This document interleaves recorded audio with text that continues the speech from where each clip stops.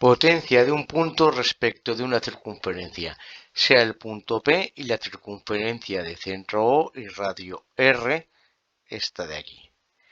Trazamos desde P una secante a la circunferencia que corta a la misma en los puntos D y E.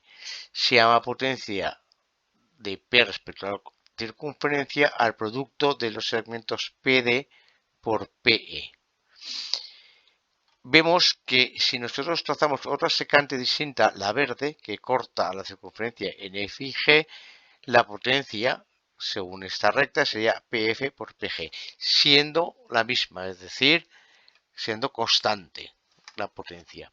Vamos a demostrar que esto es así. Si nosotros cogemos el triángulo rojo PEF y el triángulo verde PGD, vamos a comprobar que son semejantes. Este ángulo de aquí y este ángulo de aquí son iguales porque soportan la misma arco de la circunferencia. Además, este ángulo de aquí es común. Por lo tanto, los dos triángulos tienen los tres ángulos iguales y por lo tanto son semejantes. La relación de semejanza la podemos escribir como que PE partido por PG, que es su lado correspondiente, es igual a PF partido por PD. De esta expresión vemos que PE por PD, que es esta cantidad, que es la potencia, es igual a PG por PF, que también es la potencia verde, y son iguales. Si ahora la recta que trazamos desde P a la circunferencia es tangente, la potencia sería PT al cuadrado, dado que este triángulo es rectángulo y este es un cateto, la potencia también la puedo escribir como D al cuadrado, que es la distancia del punto al centro de la circunferencia, menos el radio de la circunferencia. Vamos a ver la relación entre la potencia de un punto respecto de una circunferencia y la parte áurea de un segmento. Vamos a definir primero qué es la parte áurea de un segmento. Imaginemos el segmento AB y un punto intermedio C, tal que se verifica que AC partido por AB es igual a CB partido por AC. Cuando ocurre esto, decimos que AC es el segmento áureo o la parte áurea del segmento AB. Bien, en base a esto, imaginemos un punto y una circunferencia cuyo diámetro FG es igual a la distancia de P al punto de tangencia trazado desde P, es decir, FG igual a PT. Bien, la potencia de este punto respecto a esta circunferencia será PF por FG. Si nosotros usamos el segmento PT, sabemos que la potencia también sería PT al cuadrado, que es esta expresión. Por otro lado, si nosotros con centro en P y radio PF trazamos un arco que corta esta tangente en H, resulta que PF es igual a PH y por otro lado PG es igual a la distancia de PF más este diámetro que hemos dicho que es PT. Por lo tanto tenemos esta expresión. Por otro lado, PF, que está de aquí, es igual a PH, porque esto lo hemos llevado aquí.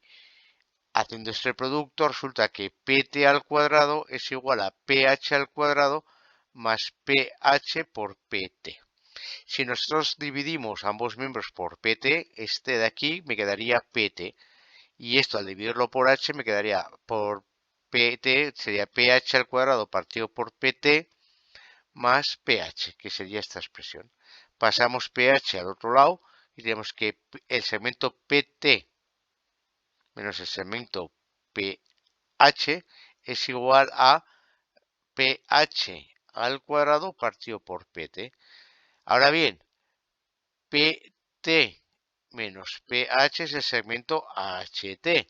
Por lo tanto, tenemos que HT es igual al segmento PH al cuadrado partido por PT. Pasando un pH aquí, tendremos que HT partido por pH es igual a pH partido por PT. Comparando con esto de aquí, observamos que pH es la parte áurea del segmento PT. Si nosotros ahora con centro en P y radio PG trazamos un arco que corta a la prolongación de la tangente a la circunferencia trazada desde P, tenemos el segmento PJ, verificándose que PT partido por PJ es igual a TJ partido por PT. Es decir, que a su vez PT es el segmento áureo del segmento PJ. Vamos a determinar el eje radical de dos circunferencias y el centro radical de 3. Definimos como eje radical el lugar geométrico de los puntos del plano que tienen la misma potencia respecto de dos circunferencias. Veamos ahora cómo determinar ese eje radical en distintas configuraciones o posiciones de las circunferencias. Imaginemos que las circunferencias son secantes entre sí. Este punto A y este punto B tiene potencia 0 tanto para la circunferencia O1 como para la circunferencia O2. Por lo tanto, pertenecen al eje radical. Uniendo ambos puntos obtenemos eje radical, que además es perpendicular a la recta que une los centros de las circunferencias. Si las circunferencias son tangentes, ya sea bien tangentes exteriores o tangentes interiores, el punto de tangencia pertenece a el eje radical porque tiene potencia 0 respecto de ambas. Como sabemos que ese eje radical es perpendicular a la línea que une los centros, pues trazando la perpendicular a la línea de centros por el punto de tangencia, obtenemos el eje radical. Veamos ahora si las circunferencias son externas.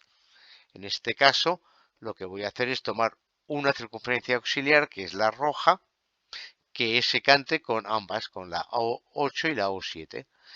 Determino el eje radical de las circunferencias O7 y O, que es esta línea roja. Y hago lo mismo con la circunferencia O8 y O, que es esta otro. Donde se cortan, ese punto tiene la misma potencia respecto de O7 y de O8. ¿Por qué? Porque pertenece al eje radical de O7 con O y pertenece al eje radical de O8 y O. Pues determinado un punto del eje radical, lo que tenemos que hacer es trazar una perpendicular a la recta que une los centros. Y esta línea verde será el eje radical de ambas. Si las circunferencias son interiores, el procedimiento es exactamente igual. Tomamos una circunferencia auxiliar, determinamos los ejes radicales de esa circunferencia auxiliar con cada una de ellas, donde se corten, ese punto pertenece al eje radical de ambas. Trazando desde este punto una perpendicular a la recta que une los centros de las circunferencias O9 y O10, tendríamos nuestro eje radical. Y el centro radical es el punto que tiene la misma potencia respecto de tres circunferencias cualesquiera. Bien, vamos a determinar ese centro radical. Sean las circunferencias O11, O12 y O13, tomamos una auxiliar, determinamos el eje radical 2 a 2, es decir, de la circunferencia O11 con la auxiliar, que es esta línea de aquí. Determinamos el eje radical de O12 con la auxiliar, que es esta de aquí. Obtenemos el punto S2. Trazando una perpendicular a la recta que une los centros, obtenemos el primer eje radical, que sería este de aquí. Si ahora trazamos el eje radical de la circunferencia O13 con nuestra auxiliar, sería este otro punto. Donde se corte con este otro, tenemos un punto del eje radical de las circunferencias O13 o O12. Trazando una perpendicular a la recta que une los centros, obtenemos otro eje radical. El punto donde se cortan, ese es el centro radical. Que evidentemente, por pertenecer a este eje radical, tiene la misma potencia respecto de O12 y O13, y por pertenecer a este otro eje radical, tiene la misma potencia respecto de O11 y O12.